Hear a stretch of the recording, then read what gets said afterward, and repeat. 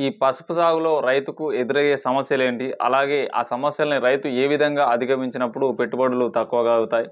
మనకు పసుపు సాగులో ప్రధానంగా అత్యంత వాణిజ్య పంట అయినప్పటికీ గూడా మనకు దిగుబడి అనేది తగ్గిపోతుంది. దాంతో పాటుగా దిగుబడి పెరగడం కోసం ఏడుకేడు మనకు ఈ పశువుల ఎరువు ధరలు పెరిగిపోవడం వల్ల కనీసానికి ఎకరానికి 10 టన్నుల పేడ ఎరువు వేయంది పంట అనేది పండట్లేదు. ఈ పేడ ఎరువు అనేది తగ్గించుకొని పంట ఏ విధంగా పెంచుకోవాలి? అలాగే నేల యొక్క సేంద్రియ కర్బనం అనేది ఏ విధంగా పెరిగినప్పుడు మనకు పసుపులో దిగుబడి రావడానికి అనుకూలంగా ఉంటుంది. దాంతో పాటుగా అత్యంత సమస్య అయినటువంటి విషయం ఏందంటే పసుపులో ఈ దుంపకుళ్ళు. ఈ దుంపకుళ్ళు రాకుండా ఉండాలంటే ఏ విధంగా విత్తన శుద్ధి చేసుకోవాలి? అలాగే మనకి పసుపు సాగులో ఎక్కువగా ఫంగల్ ఇన్ఫెక్షన్స్ అనేది వెంటాడుతుంటాయి. వీటన్నిటిని ఏ విధంగా కంట్రోల్ చేసుకోవాలి? పసుపు సాగులో ఎరువులు ఏ విధంగా వేయాలి? ఏ విధంగా మనకు ఎరువులు వేసుకున్నప్పుడు ట్రక్కులు బస్తాలు పేడేస్తేనే పసుపు అందుతుంది. 25 టన్నులు 25 క్వింటాలు అలా పండాలంటే ఖచ్చితంగా విపరీతమైన ఫర్టిలైజర్ అనేది వాడాల్సొస్తుంది.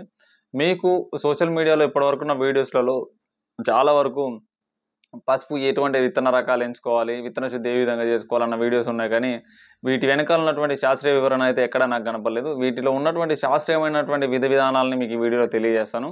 డ్రిప్ ద్వారా సాగు చేసుకుంటే మంచి దిగుబడి వస్తుందా? కాలువల ద్వారా సాగు చేసుకుంటే మంచి దిగుబడి వస్తుందా? ఇలా పూర్తి విషయాల్ని మనకు 2 రాష్ట్రాల్లో 2 రకాలైనటువంటి యాజమాన్య పద్ధతులు పాటిస్తున్నారు కదా! వీటన్నిటిని బేరీజ్ చేసుకొని కంపారిటబుల్‌గా మీకు క్లియర్‌గా ఈ వీడియోలో తెలియజేస్తాను. ఫస్ట్ ఆఫ్ ఆల్ మనకు ఈ పసుపు సాగు విషయంలోకి వెళ్తే ప్రస్తుతానికైతే అన్ని పంటల ధరలనేది పడిపోయినాయి. మిరప ఇలాంటి కమర్షియల్ క్రాప్స్ అన్నిటి ధరలు కూడా పడిపోయినాయి. కొద్దో గొప్ప నిలబడి ఉన్నదంటే మాత్రం పసుపు మాత్రమే. ఈ పసుపు ధరలు మాత్రమే నిలబడి ఉండడానికి కారణం ఏందంటే పసుపు అనేది కొన్ని ప్రాంతాల్లో మాత్రమే సాగు చేయడం జరుగుతుంది. కొన్ని ప్రాంతాలకు మాత్రమే అనుకూలంగా ఉంది. దీనికి ప్రధాన కారణం ఏందంటే ఇది హెవీ బంక నేలల్లో పండదు. అలాగే అన్ని రకాల వాతావరణ పరిస్థితుల్లో కూడా ఈ పసుపు అనేది పండదు. దీన్ని ప్రస్తుతం మనకు పల్నాడు, గుంటూరు జిల్లాల్లో దాంతో పాటుగా ఈ నిజామాబాద్, ఆర్మూర్ ఏరియాలో ఎక్కువగా సాగు చేస్తున్నారు కదా! అయితే ఇక్కడ ఉన్నటువంటి అతి పెద్ద సమస్య ఏందంటే పసుపు అనేది సేంద్రియ కర్బనం తక్కువగా ఉన్నప్పుడు దిగుబడి అనేది తక్కువగా వస్తది. కాబట్టి ఈ సేంద్రియ కర్బనం పెరగడం కోసం ప్రతి సంవత్సరం రైతులు ఈ పసుపు సాగు చేసే ప్రతి ఒక్క రైతులు ఒక సాంప్రదాయమైనటువంటి సేద్యంలో ఒక 4-5 ట్రక్కులు లేదంటే 2, 3 లారీల పేడ ఎరువు అనేది తోలడం జరుగుతుంది. ఈ విధంగా పేడ ఎరువు తోలడం వల్ల సేంద్రియ కర్బనం పెరుగుతుందా అంటే ఖచ్చితంగా పెరగదు.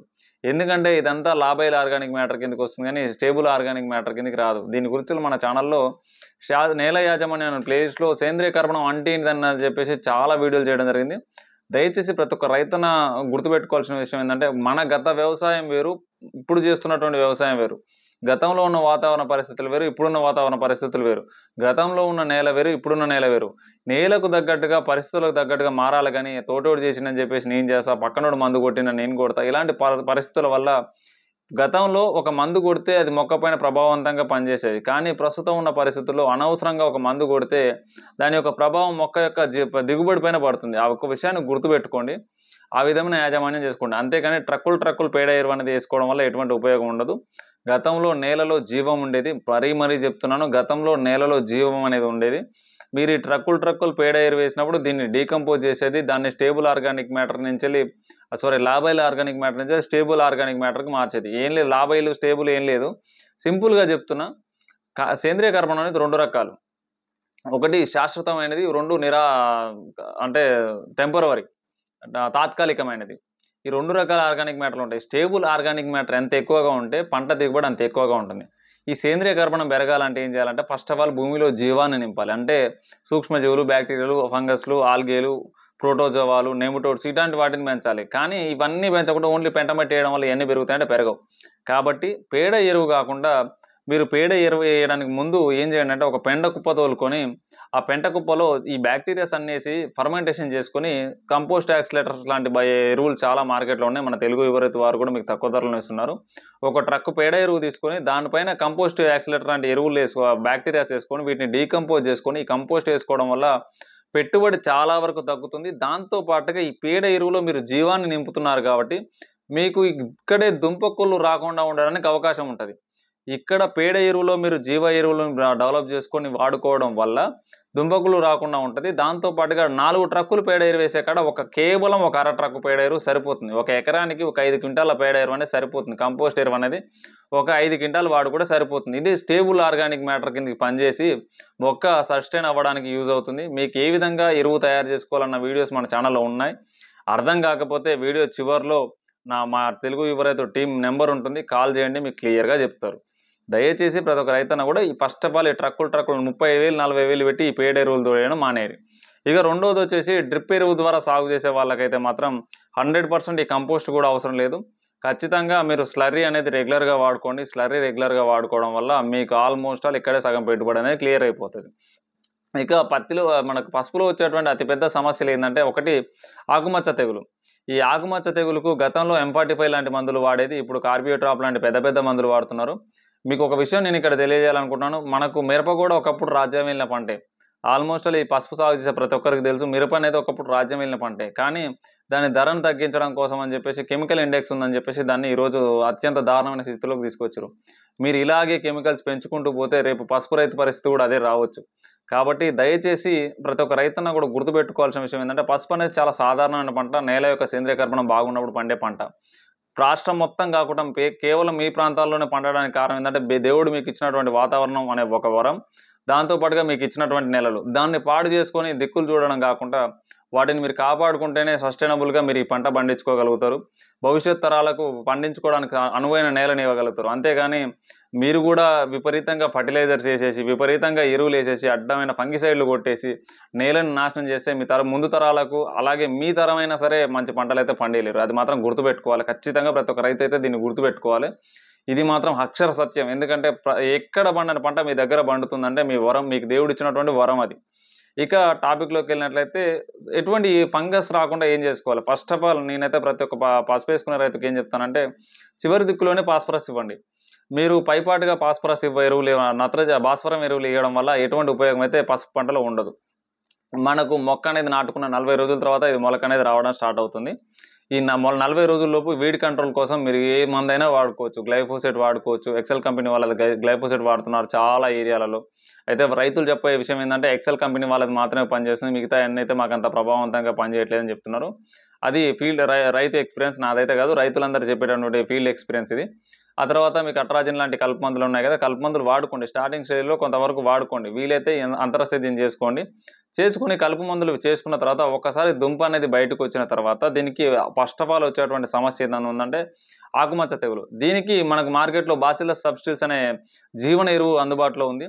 మన తెలుగు యువరైతు టీం వాళ్ళు కూడా సరే, ఈ బాసిల్లస్ సబ్స్టిల్స్ అనేది ఫర్మెంటేషన్ చేసుకుని ప్రతి 15 రోజులకు ఒకసారి స్ప్రే చేసుకోవడం వల్ల పెట్టుబడి తగ్గుతుంది. దాంతోపాటుగా ఆకుమచ్చ తెగులు కంట్రోల్ ఉంటుంది. దీంతో పాటుగా దీని ద్వారా వచ్చేటువంటి పోషకాల వల్ల మొక్క అనేది బలంగా పెరుగుతుంది. రెండోది వచ్చేసి, నేల ఎంత వదులుగా ఉన్నప్పుడు దుంప అంత ఎక్కువగా ఊరడానికి అవకాశం ఉంటుంది. నేల వదులుగా ఉండడం కోసం సేంద్రీయమైనటువంటి ఎరువులు ఇవ్వడానికి ప్రయత్నించండి. సీవీడ్, హ్యూమిక్ లాంటి ఎరువుల్ని పసుపులో వాడుకోండి. దాంతోపాటుగా దుంప జాతి పంటల్లో దుంప అనేది ఊరడానికి కాల్షియం లాంటి ఎరువులు అవసరం. ఎంతసేపు మనకి ఫాస్ఫరస్, పొటాషు, నైట్రోజన్, ఈ మూడే కాదు. ప్రస్తుతం గతంలో చెప్పాను కదా, అన్ని రకాల పోషకాలు ఉండేది, ఏదో 2 ఇస్తే సరిపోయేది. ప్రస్తుతానికైతే భూమిలో ఏం సారం అయితే ఏం లేదు కాబట్టి 100% కాల్షియం లాంటి ఎరువులు వాడుకోండి. ఎందుకంటే కాల్షియం వాడితేనే ఈ దుంప అనేది పెరగడానికి అవకాశం ఉంటుంది. కణ విభజన జరిగి ఈ దుంప అనేది పెరగడానికి అవకాశం ఉంటుంది. అలాగే దుంప దృఢంగా రావడానికి అవకాశం ఉంటుంది. కాబట్టి ప్రతి నెల ఖచ్చితంగా కాల్షియం ఎరువులు వేసుకోండి. 9 నెలల పంట కాబట్టి ఎరువుల షెడ్యూల్ అనేది ఏ విధంగా చేసుకోవాలంటే, కాలువల ద్వారా సాగు చేసేవారైతే ప్రతి నెల ఒక 5 నుంచి 10 కేజీల కాల్షియం నైట్రేట్ అనేది యూరియాలో కలిపి చల్లుకోండి. దాంతోపాటుగా డ్రిప్ ద్వారా సాగు చేసే వాళ్ళైతే ప్రతి 15 రోజులకు ఒకసారి 5 కేజీలు డ్రిప్ ద్వారా కాల్షియం నైట్రేట్ లాంటి ఎరువులు వాడుకోండి.